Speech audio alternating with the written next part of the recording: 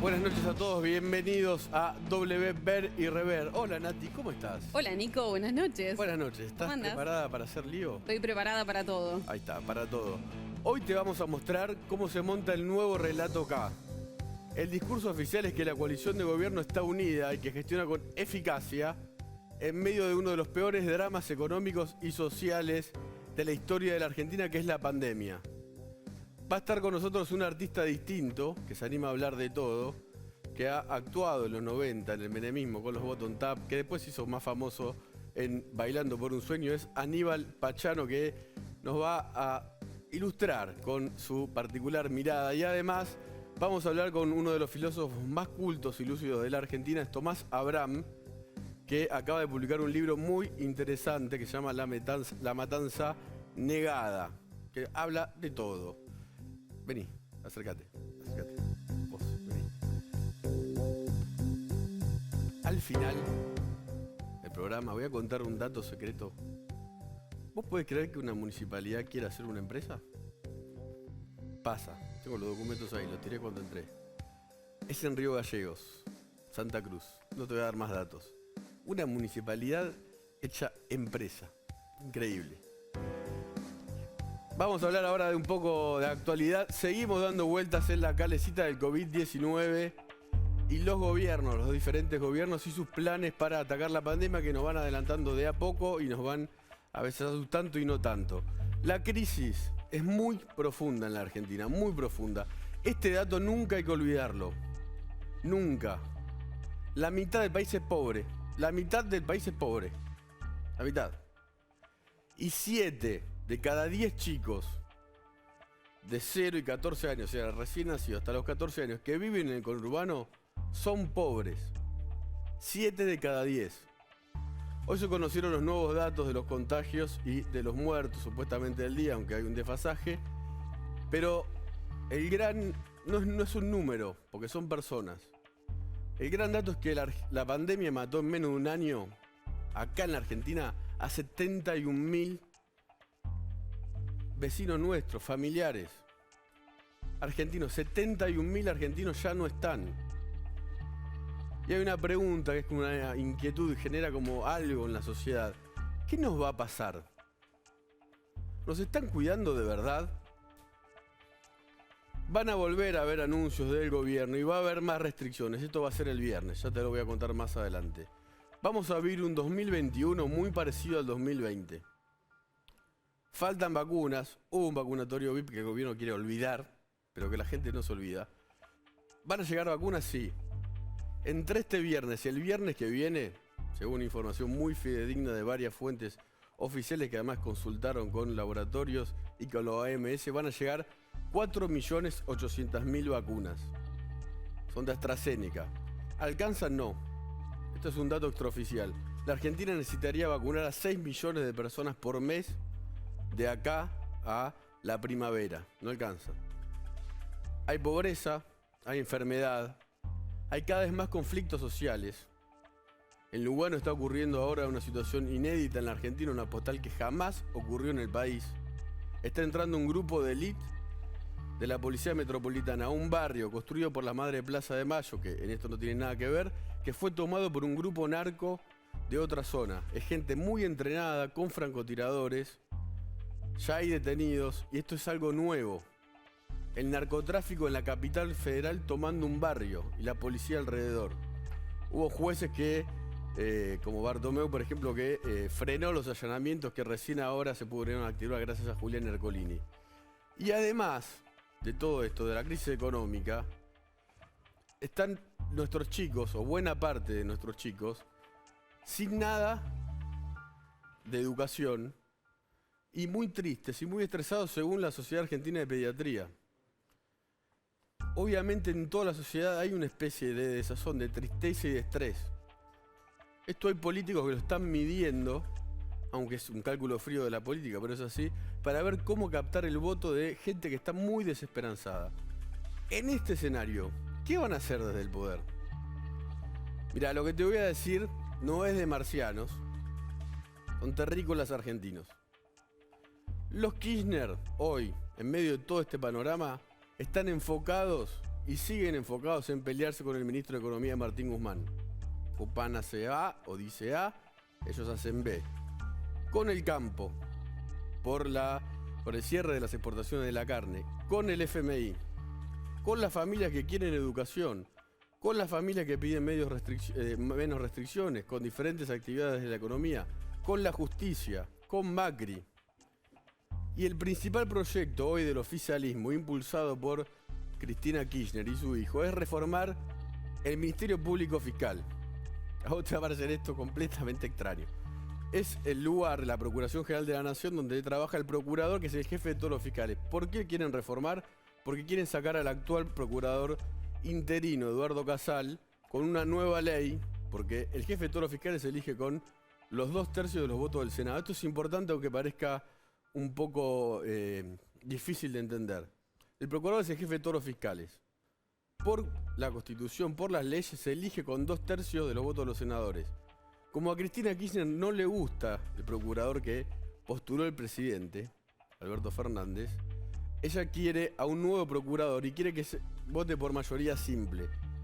Esto está en la Cámara de Diputados. Puede haber modificaciones a la ley, sobre todo la mayoría simple, pero ya hay diputados que parecía que iban a apoyar al gobierno que no lo van a apoyar. Todo esto está pasando en medio de lo que te contaba antes, ¿no? Además, obviamente, de un montón de temas que tienen que ver con peleas de las tarifas, con la inflación, obviamente que no para, con un país que está realmente lacerado y con incertidumbre. Y no hay clases, porque se contagian las aulas, dicen algunas de las autoridades nacionales, pero hay COVID en el fútbol. Y justo esto estalla en el Boca River, que es el superclásico, donde se terminó descubriendo que 15 primeros jugadores de River no podían jugar porque tenían COVID y después 5 más habían estado en la cancha jugando. Y River va a volver a jugar dentro de 2 días. Y Boca, que jugó con River, y además, por ejemplo, el técnico Gallardo, ojalá no le pase nada, estuvieron ahí. ¿Y qué va a pasar? ¿Se aíslan? ¿No se aíslan? Y nuestros chicos siguen sin clases, por lo menos los que viven en algunas provincias. Santa Fe acaba de adherir a la suspensión de las clases. Esto es un dato nuevo. Hay otra información muy interesante que muestra cómo se va degradando todo en la Argentina. Las universidades, históricamente, eran el lugar donde se debatía cómo mejorar el presente, el futuro, entendiendo mejor el pasado. Era ahí el lugar donde se debatía con rebeldía, con juventud, pero ahora están calladas. ¿Qué pasó en las universidades? El silencio es muy fuerte. Todo esto te vamos a contar en W Ver y Rever. Hay temas de actualidad que pueden ocurrir. Va a haber restricciones, posiblemente un lockout de viernes a lunes. Desde el viernes a las 8 de la noche hasta el lunes a la mañana es una de las medidas que se van a tomar. Hay muchos temas más. Tenemos este documento, el contrato, ¿no?, que muestra que una municipalidad quiere ser una empresa, pero la gran pregunta es ¿hacia dónde va la Argentina? ¿Por qué nos pasa lo que nos pasa? No sé si se puede acercar la cámara. ¿Ahí? ¿No se puede acercar? Feliz día de la escarapela para todos. Empiezan las vísperas de la semana de la Revolución de Mayo y empieza W. Ver y Rever, periodismo, escarapela y rock and roll. Es bailarín, coreógrafo y director teatral, un artista irreverente que se anima a hablar de todo. Hoy en los estudios de W, Aníbal Pachano.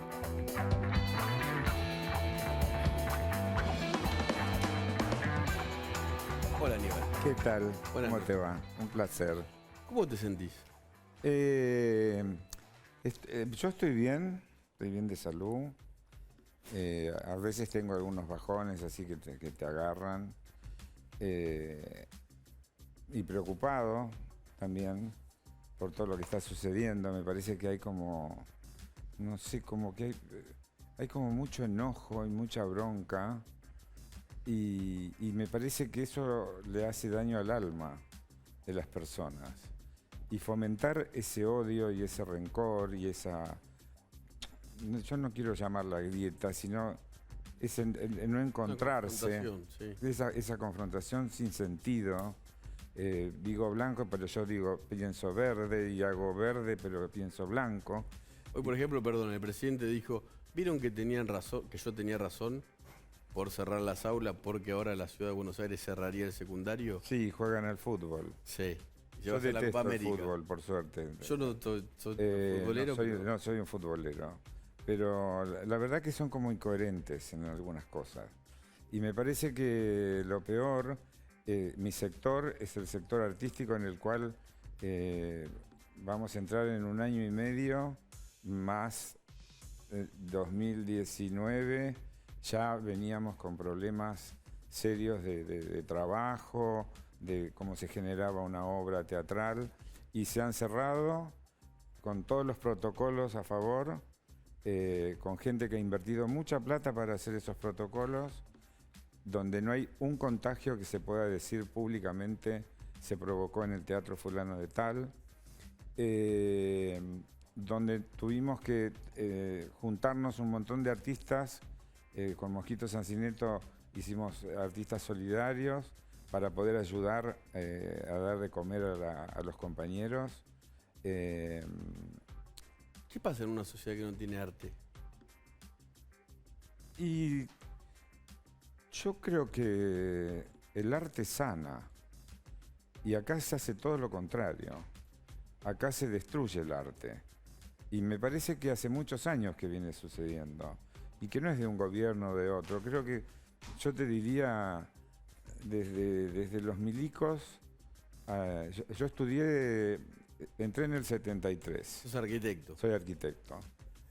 Del 73 al 76 vi muchas cosas parecidas a las que veo hoy. Ajá. Situaciones... Con el gobierno de Cámpora y de... Sí, Cámpora era un desastre. Donde veías un patio enorme lleno de gente y a la semana estaba la mitad, y después empezó, digamos, los grupos parapoliciales y la AAA, y de un bando y del otro. Entonces, y ahí fue como una cosa sabia de mi viejo que me dijo: vos caminás siempre por el centro, nunca de derecha ni de izquierda. Por el centro siempre vas a llegar al objetivo. Y creo que eso fue una frase que me marcó. Mi viejo era político además en su época, y obviamente súper honesto, y por eso terminamos, digamos, sin un mango, donde todavía existía esta cosa de la palabra o de ciertos mecanismos, a pesar de que sucedió, digamos, mi viejo era del partido de Frondizi, donde termina Frondizi, obviamente, que lo abandonan y lo meten preso. Mi viejo teniéndose que ir a Carlos Paz y corriendo de ciudad en ciudad y de pueblo en pueblo para evitar que nos bajaran, porque había descubierto ciertas tramas, digamos, de tratantes de blanca y de la droga, cosa que ahora está peor que nunca. O sea que, imagínate, te estoy hablando del año 58, yo nací en el 55, podría decir desde los 5 años que escucho en mi casa esta situación. Entonces me parece como que llega un momento que decís, bueno, yo soy un tipo que laburo desde los 12 años, y gracias a Dios, digamos, todo lo que me gané, me lo gané por mérito, que es el orgullo más grande que tengo. Para mí nunca fue una carga hacer 2 trabajos e ir al colegio secundario, y cuando iba al primario ser mozo, digamos que era un enano de jardín, y me ganaba la propina como para estar mejor, para comprarme los caramelos y no tener que mi vieja sacar plata del bolsillo. Entonces también veo esta poca cultura del trabajo. Todo está como fácil y todo es dificilísimo, ¿no? Viste que hay como una mezcla de no entender dónde estás parado. Yo me acuerdo que era sí señor, cómo no señor, permiso, buenas tardes, buenas noches, y hoy es a la que me importa. Hubo una división entre los artistas más acá, digamos, y artistas independientes, por ejemplo, respecto a lo que está pasando en el arte. Sí, de algunos sí. Bueno, yo con el Charry tengo, pero ya es histórico mi enfrentamiento. Que la verdad que ni lo conozco, ni me interesa conocerlo, ni me interesa su trabajo, como supongo que a él tampoco le interesará el mío. Sí sé que tengo un derecho de mi imagen que no cobro, Eso por el lío que según de ellos, Sagay, a mí, si el problema Sagay, a mí no me corresponde. Como digo yo, que les sirva a todos para seguir poniendo baldosas divinas en la sede. Justo hablaste de baldosa. Vos te podés quedar todo el programa. Sí. Vamos a ver un trabajo que hicimos en Ensenada, justamente donde se supone la coalición de gobierno unida inauguró 200 y pico de viviendas. Sí, vi la foto. Mirá lo que hicimos. Sin baldosa. Mirá.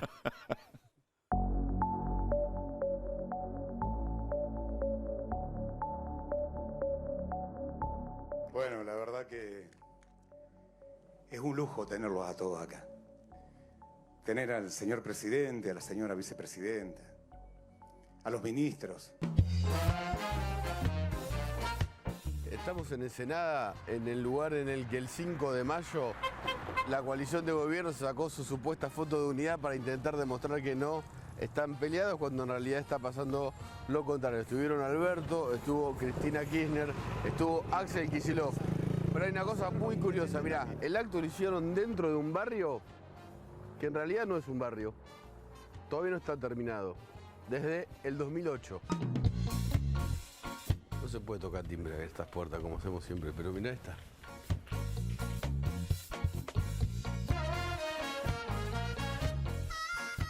¿Cómo es posible que todavía no esté terminada después de tantos años? Bueno, hay una explicación técnica que es la de cómo se fueron atribuyendo los fondos. Esto comenzó en 2008 con la empresa Riorca S.A. ¿Qué pasa con esto? Se van atribuyendo los fondos y se va ejecutando la obra. En un momento habían recibido el 67% del dinero para ejecutar la obra y habían ejecutado el 47%. Por lo tanto, eso fue un punto de inflexión donde no pueden seguir construyéndola por su propia corrupción. Hoy cumplimos 220 años de vida. Orgullosos los ensenadenses de nuestra historia. Somos una ciudad chica, 75.000 habitantes, donde nos conocíamos todos, donde teníamos una relación mucho más amena, donde no existía una grieta. Y yo lo que estoy viendo hoy por hoy, ya hace años en realidad, que hoy termina siendo un enemigo. De hecho, esa frase tan desafortunada que dijo el intendente, en una fecha tan importante, y una fecha tan importante para los ensenadenses, porque Ensenada es de 1801, no comenzó con la gestión de Seco. Entonces, yo creo que en ese sentido, creo que nos dejó muy mal parados. Esa es la realidad, con esa frase, por supuesto, no solamente desafortunada, sino parafraseando a semejante bestia como era Galtieri. En los 220 años que vive Ensenada, estamos más preparados que nunca. Si quieren venir, que vengan. Estamos preparados, compañeros, para darle batalla en las elecciones. Acá hicieron una foto de la unidad.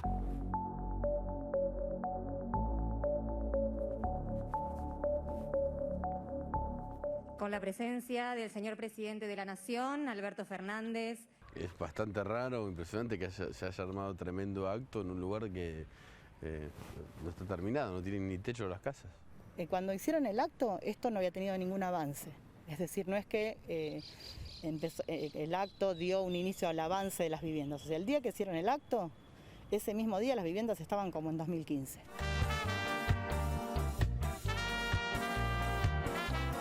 ¿Vos crees que esto puede ser usado como un instrumento de voto? Totalmente. ¿Las viviendas? Las viviendas sí, pero también creo que pueden ser adjudicadas a personas que no son de Ensenada, para que vengan, se instalen acá, hagan el cambio de domicilio y después los terminan votando. Así que muchas gracias, señor presidente, señora vicepresidenta.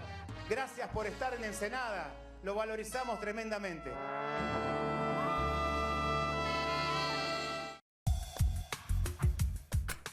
La política es un desastre. Pero yo creo que esto se ha ido gestando en mucho tiempo. Esto es del 2008, hay que decir. Pasó 2 gobiernos de Cristina Kirchner, gobierno de Macri Vidal, ahora de vuelta el JK y no se termina. Y no se termina. Pero yo ahora digo parece que eso se está como construyendo hace tantos años este circo. La política es un circo. La política es un circo. Te agrego una información. Pero un circo berreta, no un circo de arte. Sí, no solo voto tap. Yo digo que son tan obvios, porque, a ver, ¿cuál es el justificativo de tener una casa sin puertas, sin ventanas, sin piso, sin un baño, sin agua, sin cloaca? Digo, no sé cuál es el sentido político.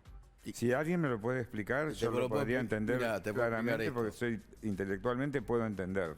Lo que pasó es que en un principio se pagó el 67% de la obra y estaba terminada mucho menos. Entonces se frenó. Ahora parece que sí se van a terminar. Y te cuento una cosa más que tiene que ver con el intendente Seco de Ensenada. Seco, el intendente que ha citado Galtieri, mientras denunciaba un golpe de Estado del Poder Judicial. Eso es un error. Porque eso me hace acordar del 73, 76, ¿entendés? Cuando se llamaba a los milicos y se decía que vengan. Porque no hay que olvidarse que se llenó la plaza pidiendo que se vaya el peronismo. Eso hay que tener memoria. Yo viví esa situación. Y siento como que muchas veces es como que se vuelve a repetir una historia que está re bueno. Si son buenos políticos y hacen cosas, a mí no me importa cuál es el partido. Lo importante es hacer y que la gente se sienta bien. Porque mirá cuánto trabajo podríamos tener en todas esas viviendas que no están terminadas. ¿Cuánta gente podría trabajar? Desde colocadores, yeseros, plomeros, electricistas, albañiles, Te voy a decir una de las cosas parquistas. De todo, porque por ahí esta vivienda también puede tener un parque digno. Sí, claro. ¿Entendés? No hay y parquizarlo, hay zanja y que no sea una caja de zapato tirada en el medio de un terreno. Pero yo creo que es pure galería. Es hacer la foto de pure galería. Entonces ahí es donde entra la contradicción. Sí. Te cuento dos cosas más. Ya va a estar con nosotros Tomás Abraham. Vamos a contar que la Municipalidad de Río Gallegos se quiere hacer empresa. Increíble. Pero algo que tiene que ver con Seco, el intendente de Ensenada, que lo veía recién citando Galtieri. Eso es un horror. Bueno, él en el 2000, durante la gestión Vidal, entró a la legislatura con una banda, tomó la legislatura en medio de una sesión, estaba su hijo, se paró encima de los sillones de los legisladores y por eso está en juicio oral. O sea, entró, no, la comparación es exageradísima y no tiene nada que ver, pero parecido al asedio del Capitolio. Entró con una banda de pesados, se subió, paró una sesión, se paró no me acuerdo de eso. Sí, bueno, está en juicio oral. El Tribunal Oral 2 de la provincia de Buenos Aires tiene frenado ese juicio. Y una de las cosas por la que la obra esta no pudo avanzar, además de otras deficiencias y tal vez fondos que no llegaron a donde debían llegar, fue la insistencia del Pata Medina, que es el jefe territorial de la UOCRAI, que entraba a la obra, según fuentes que conocen todo lo que pasó, pidiendo cosas. ¿Quién es el dueño del circo de la política? ¿Este señor? No. Yo digo, a mí me parece que... bueno, al Pata Medina tengo entendido que no lo dejaron entrar por este antecedente. Bueno, en su momento pero no lo dejaron entrar para que no estuviera en la foto. Porque yo seguramente que creo que detrás de alguna de las casillas estaba. Han logrado verme sí, en su a momento. mí me parece que eso es lo que más duele en la gente, digamos, de gente que está investigada o que... No importa si lo hizo o no lo hizo. Lo importante es que si estás investigado, tengamos todos el derecho igual a poder defendernos o que nos encarcelen por si estamos haciendo las cosas mal. Mirá, este es el asedio de la legislatura. Esto, mirá. Esto es una de la legislatura votando una ley, ¿no? Está en juicio oral y el Tribunal Oral 2 está frenado esto. No hay mucha más prueba, o sea... Este es el señor que dice vengan, que los estamos esperando. Ahí abren la puerta y se meten en la legislatura y se suben arriba de los sillones y frenan la ley. Esto entiendo que es coacción agravada, bueno, amenazas. El juicio oral está frenado. Ahí está banderas. Mirá. Y siguen con el cargo político. Sí, claro. Son eternos los cargos políticos. Y ese es el mejor negocio. 18 años que está. Meterte en la política. El sueldo. ¿Quién es el dueño del circo de en la Argentina, de la política? Y hay varios, me parece. Me parece que hay gente que... yo digo que hay gente que hace muchos años que uno la mira, la vez se cambian de partido, se cambian de pensamiento, que eso es lo más terrible. Yo digo, ¿por qué no podemos empezar a ser un poquito más honestos? Y dar una explicación concreta, digamos, y por qué cambiaste de lugar, por qué te vas a esto, porque vas a hacer algo mejor, porque vas a provocar... Con que antes claro, te denunció. claro, como, viste, de trabajar, voy a trabajar con un nuevo equipo, esto me va a permitir generar tal beneficio para, no solamente para lo personal. Yo lo que siento es que la política siempre piensa en sí misma, no piensa para los demás. Esto es todo un circo, porque si no, estas casas estarían revocadas. Y me parece que vengan es lo que a mí me asusta, porque es como volver a escuchar algo que yo escuché a los 18, entre los 18 y los 25 que me recibí, en el 80, yo viví los peores años de la universidad y también los mejores años de la universidad, donde todavía había una lucha interna y donde, digamos, podías dentro de todo permitirte pensar o juntarte con gente para pensar, y aunque pensaras distinto, también tenías la opción de no pertenecer, ¿no? Digamos, uno en la universidad te decían, bueno, montoneros, podías pertenecer a montoneros o no. Digamos, no era tan alevosamente la persecuta. Ajá. Pero lo que yo siento que ahora es como que hace muchos años que hay mucha cosa señalada, ¿entendés? Es como yo lo que dije, digamos, con el tema de no te pago porque no te corresponde, pero no hay una explicación de por qué no me corresponde. Claro. Cuando mi imagen es importante. ¿Entendés? Supuesto. Digamos, y ni siquiera me tomé el trabajo durante muchos años de reclamar. Pero ellos tampoco te lo explicaron. No, seguimos con vos en un rato porque Dale. es muy interesante. Vos tenés HIV, HIV. viviste con una enfermedad. Tengo de todo, tengo 16 problemitas. Y tuviste COVID. Y tuve COVID, y tengo un cáncer de pulmón con metástasis en cerebro, tengo divertículos, tengo de todo. Y te reís. Dice, cada 10 centímetros tengo, en 1,60 m tengo un problemita. Pero y te reís.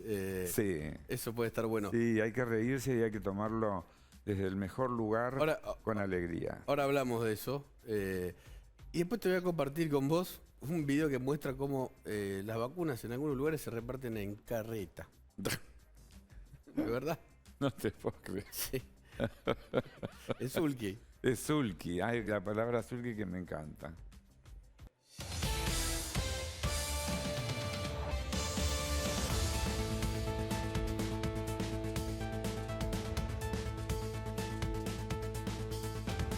¿Cómo estamos?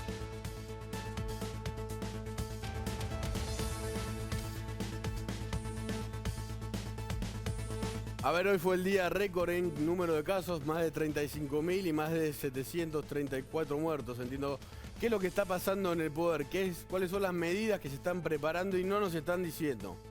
No nos están diciendo. Yo esto que te voy a contar no lo tendría que saber.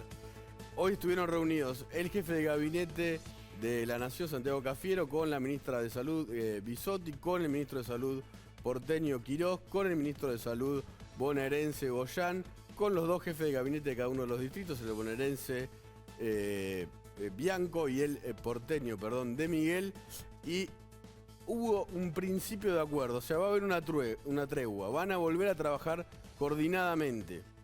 Ahora, ¿a dónde enfocan? A las reuniones sociales.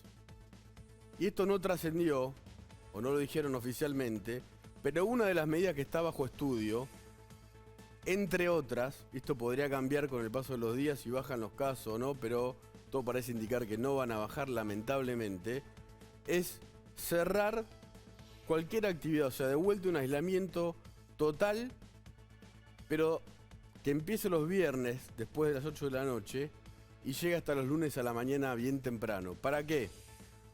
Vos podés estar pensando de vuelta a confinamiento. La política está muy asustada con la reacción de la gente. Hoy lo dijo el propio presidente Alberto Fernández. Tengo un problema que es sociológico para volver a la fase 1. O sea, debería volverse desde el punto de vista sanitario, pero él dice la gente ya no aguanta más. Bueno, esta es una de las ideas que se trabajó en esa reunión, entre otras. No es que finalmente se vaya a concretar, tal vez sí, tal vez no. Y todas tienen que ver con restricciones muy fuertes, pero muy acotadas. En la ciudad de Buenos Aires se aplicaría, si el escenario y finalmente se ponen de acuerdo en este, digamos, lockout de fin de semana, pero con clases, por ejemplo, presenciales de alumnos de primaria. Santa Fe acaba de suspender las clases porque hay colapso sanitario. Lamentablemente, en Neuquén hay 6.300 casos activos en una población de 630.000 personas. O sea, hay muchos problemas. En el partido de la costa no hay ambulancias, o casi no hay. Hay gente que se murió esperando, y me consta, 5 días una ambulancia. O sea, realmente hay preocupación, y esta vez la propuesta habría nacido desde la ciudad de Buenos Aires para que sea analizada por la provincia de Buenos Aires, porque hay otro problema más en medio de todo esto. Si nos aplican esta posible aislamiento de algunos días para no afectar a las clases, ¿realmente lo van a aplicar? ¿O va a ser una medida que después no va a tener el control de la policía, por ejemplo, para que no haya movilidad, como vimos que fue pasando? Porque además la policía, sobre todo la de Buenos Aires, la de la provincia de Buenos Aires, también está muy afectada por el COVID. Hay comisarías cerradas. Es muy complejo. Y restricciones va a haber seguro, desde el viernes. Y de vuelta con una tregua. Yo no sé si va a haber foto Kicillof, Rodríguez Larreta y Alberto Fernández, pero que lo que se va a coordinar va a ser lo que se va a aplicar, por lo menos hasta hoy a la tarde, era exactamente así. Probablemente un aislamiento de fin de semana, entre otras situaciones parecidas que se van a definir en las próximas horas, si los casos siguen. ¿Cómo viste el confinamiento? Ay, duro. Yo estoy acostumbrado porque vivo solo. Entonces ya tengo una costumbre, digamos, me manejo de otra manera. Pero la verdad que llegó un momento que cuando volví a salir a la calle, salí medio como astronauta. Yo llegué de un avión y me metieron en un hotel. Del hotel pasé a mi casa y ahí me quedé encerrado hasta que un día salí al supermercado, después que ya había pasado toda la historieta, y caminaba como un astronauta, me acuerdo. ¿Viste esa sensación de que estás como en un vacío? Y luego me fui a un campo a tratar de estar como más tranquilo y me puse a trabajar de lleno ahí, con varados por el mundo, con artistas solidarios, y empecé a hacer todo por vía Zoom y logramos un montón de cosas. Pero bueno, mantener la cabeza activa creo que hace muy bien a la salud y hace muy bien en el COVID sobre todo, es tener, digamos, la tranquilidad y de no asustarte y de tomar la medida de decir siempre con una sonrisa, aunque te parezca horrible a algunas personas lo que estoy diciendo. No, parece claro. que, viste, una sonrisa, energía positiva, bajar el miedo, bajar el enojo que te provoca también tener un virus, porque desde el enojo no vas a resolver nada. De eso tenés experiencia. Ahora vamos a hablar en un rato. Mucha Es muy interesante. Vos, Nati, ¿cómo lo pasaste el confinamiento? Con mucha angustia, con 2 hijos, muy angustiada, pero también tomando los recaudos y tratando de, bueno, sentir que uno no es único, ¿no? Que en esta estamos todos en el mismo barco, y me parece que de eso se trata, con cuidado, tratar de salir adelante. ¿Vos, Nico? ¿Cómo lo Yo, llevaste? obviamente, muy... primero incertidumbre, después angustiado, sobre todo por mis hijos. Yo vivo en la provincia de Buenos Aires, todavía hoy no pudieron regularizar la escolaridad. Yo veo que eso no está bien, no está bien. Y 5 semanas sí, y además todo el año pasado. En Santa Cruz no hubo clase en todo el 2019, explíquenme, de 2019, 2020 y ahora. ¿Cuál es la razón? Y hay como un obstinamiento en tratar de que las clases no abran. ¿Cuál es la obsesión? ¿Será que es lo único que pueden controlar? ¿Será que hay un cálculo económico? Voy a decir algo que no debería decir, pero es información. ¿Será que hay un cálculo económico que algunas provincias que reciben plata de la nación pueden ahorrarse ese dinero cerrando las clases? Esto es información. Vamos a hablar ahora con, sigue con nosotros Pachano, con Tomás Abram, como te decía, uno de los pensadores, filósofos, más cultos de la Argentina, que acaba de escribir este libro, La matanza negada, autobiografía de mis padres, con una historia muy, muy, muy particular. No sé si ahí me está escuchando Tomás. Sí, te escucho, pero no te veo. Ah, bueno, ¿cómo te va, Tomás? Buenas noches. ¿Cómo estás? ¿Vos me ves a mí? Yo te veo a vos y te está viendo toda la audiencia también. Estás muy bien. Ah, bueno, está bien. Sí. A ver, Ahora está. Ahora sí te veo. sí, Ahora te está. veo. A ver, el libro es realmente muy particular porque es tu historia. Vos naciste en Rumania, viniste a la Argentina, es como que adoptaste a la Argentina en un momento no te sentías rumano. Tus padres además escaparon del Holocausto. Contás cómo en Rumania hubo 350.000 judíos muertos y cómo cuando volviste después a Rumania un poco empezaste a ser rumano, pero no del todo. No sé si lo estoy resumiendo bien. En realidad, la pregunta mía es, ¿soy argentino porque vine? No porque nací, sino porque vine. Y soy judío porque volví. A Y Rumania. rumano no soy. Rumano no soy salvo de nacimiento. Y cuando fui a Rumania estos últimos años, por alguna cuestión académica y porque estaba pensando en todos estos temas, siempre me presenté en mi ciudad natal, Timisoara, como judío, Sí. nunca como rumano, porque a nosotros, los nacidos en Rumania, en tanto judíos, nos desconocieron como rumanos, nos sacaron la ciudadanía, no dieron la ciudadanía, nos segregaron y nos mataron.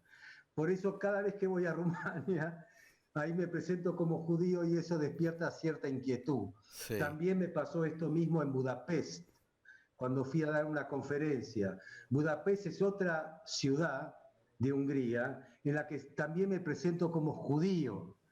Una especie de identidad, por supuesto que lo soy, pero que no me ocurre en otros países. Cuando alguna vez, ahora se viaja bastante poco, voy a Francia o a visitar parientes a Inglaterra que los tengo, yo soy argentino en todas partes del mundo. ¿Qué significa menos ser argentino? en Rumania. ¿Cómo? ¿Qué significa ser argentino? Argentino, para mí, soy argentino porque vine. Yo soy argentino porque vine. Yo vine y esto, en parte en mi libro, quise saber por qué vine. ¿Por qué mis padres vinieron? ¿Por qué se salvaron? Mis padres yo jamás escuché en mi casa palabras sobre Rumania. Mi lengua materna es el húngaro. La lengua materna de mis padres es el alemán y el húngaro. Así que esta Rumania la descubrí yo mismo, tratando de pensar de dónde vine yo, de dónde vinieron ellos. Yo soy argentino porque vine. Yo soy argentino porque hablo castellano. Mi lengua materna no es el castellano. Yo el castellano me lo hice. El castellano argentino yo me lo hice. Yo escribo como un argentino que me hice el argentino y me hice el castellano. Así que de alguna manera soy un extranjero argentinizado. Cuando yo fui a Budapest a dar mi primera conferencia en Europa Central, me presenté en un congreso sobre la identidad, porque sobre eso trataba el congreso, en donde había gente de todas partes del mundo que tenía una identidad. Yo me presenté con mi identidad en Budapest, diciendo, soy judío, nacido en Rumania, de lengua materna el húngaro, educado en Francia, porque ahí hice todos mis estudios de filosofía, pero tengo mi hogar en Argentina. Entonces ese tipo de identidad que tenía dos renglones desconcertó a más de uno que me preguntaban, ¿por qué usted se define como judío? ¿Por qué como judío? ¿El judaísmo qué es? ¿Una religión? ¿Usted es religioso? No, soy un observante bastante amateur. Con mis padres, bueno, por supuesto, soy circuncidado, hice mi bar mitzvah. Con mis padres respetábamos el Día del Perdón, Rosh Hashanah y Pesach. Yo, que tengo una familia en un 85% de infieles, goim, empezando por mi esposa, yo festejo Pesach Eso yo lo festejo, porque es el Día de la Libertad. Eso a mí me gusta. Y se reúnen todos y yo hago toda la ceremonia. Por lo tanto, contesté, no, yo no soy religioso. Dice, ustedes son un pueblo. Digo, es muy difícil decirlo porque en realidad es un conjunto de pueblos. Los judíos son un conjunto de pueblos. Y Entonces, Argentina, ¿por qué se sí. define como judío? Y digo, perdóneme, señora directora del Congreso o la señora húngara, usted me pregunta a mí que se lo defina. Usted lo sabe porque ustedes mataron 400.000. Ustedes lo saben. Mataron 400.000. Arrojaron una buena parte al Danubio, ametrallados, bebés, mujeres, adultos, ancianos, y otra parte la mandaron en trenes a Auschwitz. Ustedes son los que saben. Y porque ustedes lo saben, yo me di cuenta. Entonces, bueno, pero esa no es el contenido de mi libro. Eso es una parte de mi libro. La otra parte es saber algo que no tiene respuesta, que tiene que ver con la primera frase que hay en mi libro, es de una señora que me mandó su fascículo, Ana Barón. No creo que esté viva, ojalá que lo esté, fue hace unos años. Ella estuvo en un campo de exterminio en Transnistria cuando era una niña y pudo sobrevivir. Y ella dice esta frase, y todavía me pregunto por qué. Claro. Es una, No como, tiene respuesta. como vos decís, una inquietud. No hay explicación, no tiene respuesta. Nos preguntamos por qué. Pero yo quise saber también por qué. Entonces me metí en esta historia. No en la historia de mis padres. A raíz de la historia de mis padres, yo quise saber cómo es que una sociedad apadrina un genocidio. ¿Cómo puede ser? Esto no es ¿Cómo algo se fabrica un tan fácil de autoritario? entender. Un autoritario ¿Cómo? criminal. ¿Cómo se fabrica un autoritario criminal? No, dejemos la palabra autoritario, que es para los sociólogos. Acá se trata de genocidas. Un genocida no es un autoritario. Autoritario es el señor que te reta o el que se arroga a un poder de un modo un poquito severo. Acá se trata de crimen. Un criminal no es un autoritario, un criminal es un criminal. Entonces, ¿cómo se explica que una sociedad pasa de un antisemitismo natural y razonable que abunda en todo el mundo, que existe durante 2000 años con el cristianismo, que es parte de su recorrido, ¿no? Un pueblo que mató a su Dios, muy bien no la va a pasar. Entonces, del antisemitismo razonable que existe, que existió y que existirá, ¿cómo se pasa al crimen? Esto es un pasaje que hay que analizar. No es lo mismo un racista del sur de Estados Unidos que abunda en los blancos racistas que no quieren que sus chicos vayan con los negros al mismo colegio o vayan al mismo transporte o que desprecian a los negros, etcétera. No es lo mismo que el miembro del Ku Klux Klan que lincha a un negro. Es otra cosa, hay un paso para dar. Y es sofisticado. Ese paso se dio en Rumania. Tomás, le dejamos... Ese paso se dio en Rumania. Sí. Sí. No tenemos más tiempo, me encantaría seguir hablando. La matanza negada, autobiografía de mis padres, yo lo recomiendo muchísimo, además de todos los libros de Tomás. Gracias. Gracias a vos, Nicolás. Gracias a todos. Saludos. Ya seguimos en W con estos temas.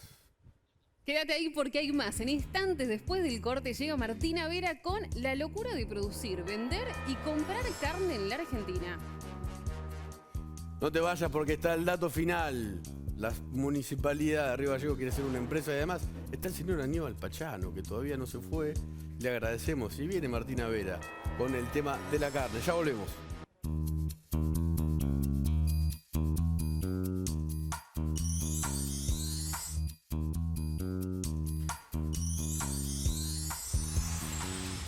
Estamos aquí en W, Ver y Rever con Martina Vera, nuestra periodista extranjera que se veía venir el lío de la carne. Cerraron las exportaciones. Pero ¿qué no te estabas haciendo justo en ese momento? Sí, Nico, casualmente estábamos investigando un poco el tema de la carne y cerraron las exportaciones con la esperanza de contener el precio, pero realmente la duda es a quién le van a vender si la Argentina está en mínimos históricos de consumo, no se ha consumido tan poca carne en los últimos 100 años, así que eso fue lo que salimos a averiguar, básicamente en una Argentina en la que la carne es para pocos. Carne para pocos, por Martina Vera. En el país de la carne se sufre la mayor caída de consumo de ese producto en los últimos 100 años. Salimos a averiguar qué está pasando y por qué la gente consume menos carne en la ciudad y en la provincia de Buenos Aires. Y últimamente aumentó bastante la carne. ¿La carne aumentó? Aumentó, sí. ¿Cómo cuánto? Y mira, para que te des una idea, hoy aumentó 10 pesos el kilo de carne, de media red. ¿Tú comprabas normalmente una cierta cantidad? Sí, y definitivamente bajamos un montón el consumo de carne vacuna. Sí. Antes por ahí consumías, qué sé yo, 3 veces a la semana carne y ahora consumís una. La gente asocia la carne con el asado, con el fin de semana. Con lo popular. Con lo popular. Entonces, de alguna manera está bueno y es necesario que la gente pueda acceder a todo, ¿no? ¿Y tus clientes se enojan, por ejemplo? Y hay gente como que la gente ya está resignada. ¿Compra carne muy seguido? Hace unos 20 días que no compraba carne, hoy compré carne de vuelta. ¿Cuáles son los componentes que explican que el precio de la carne suba constantemente en el país de la carne, digamos?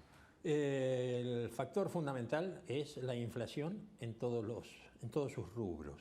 Y esto genera que cualquier productor que vende un animal gordo rápidamente quiere reponer la cantidad de animales para hacer una reserva de valor, para conservar ese valor, porque sabe que la carne va a seguir o el animal va a seguir valorizándose a medida que la inflación crezca.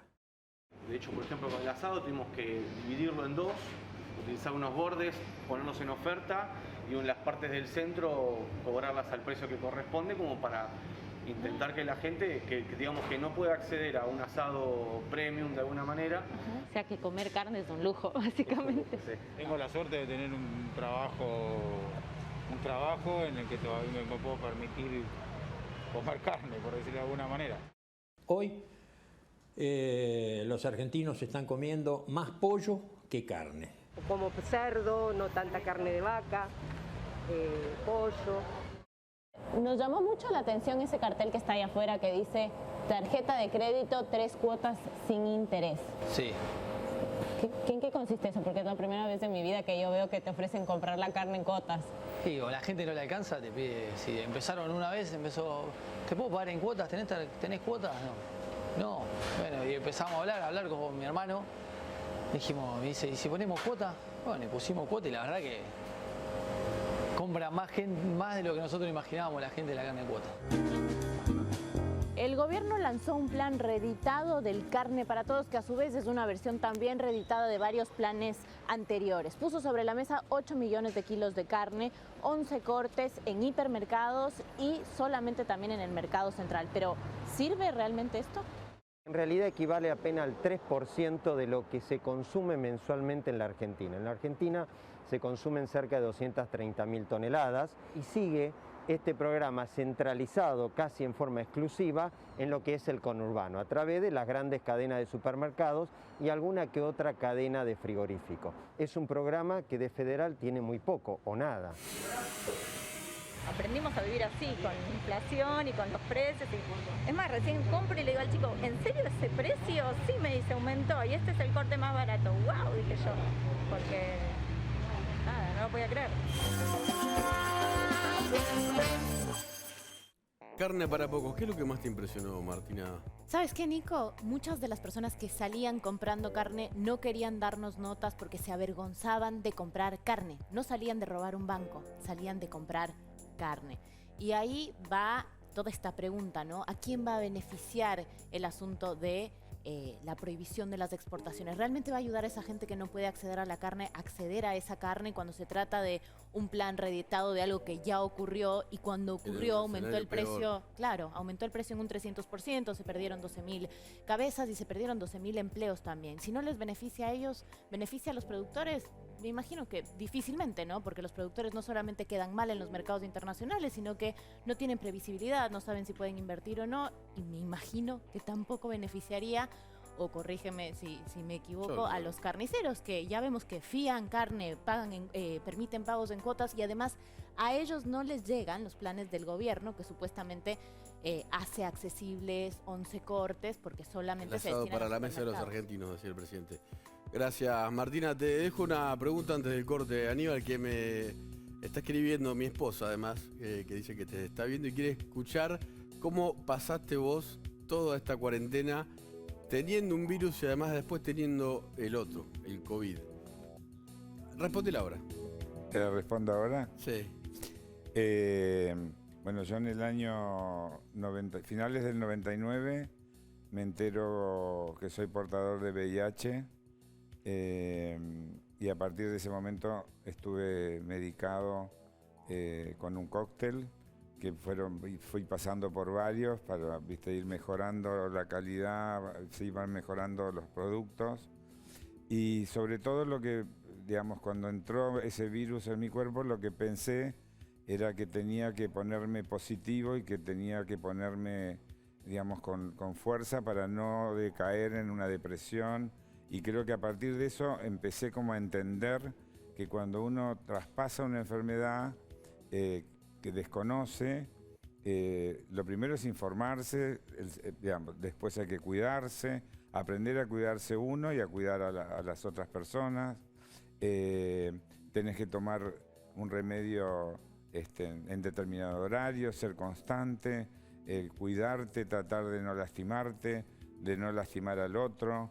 Y me parece que eso me enseñó, me dio como una plataforma para entender de qué se trataba ese tema del virus. Con el cáncer aprendí otras cosas que tenían que ver con entender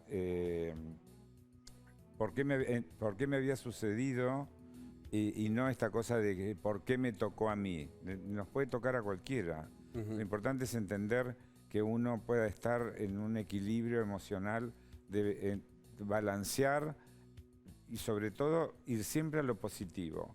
Y por eso digo que el enojo, la bronca, la ira, el estar divididos no sirve para nada más que tratar de armonizar y de poner en equilibrio esa fuerza. Y con el COVID tomé, digamos, la posición de primero no asustarme, entender que me podía pasar, sí me atendí y rápidamente. Y estás acá. Y a partir de eso aprendí a que ahora hay que también aprender a convivir con algo que al no tener una vacuna y no tener disponibilidad de vacunas, había que cuidarse de una manera determinada, había que hacer cosas que sí, cosas que no. Aníbal, muchas gracias. Se nos está terminando el programa. La verdad que una conducta ejemplar y un artista muy, muy interesante que va a seguir haciendo arte. Muchas gracias por venir. No, muchas gracias a ustedes por invitarme. Gracias, Aníbal, en serio. No te vayas porque enseguida Nico te cuenta el dato secreto de la semana.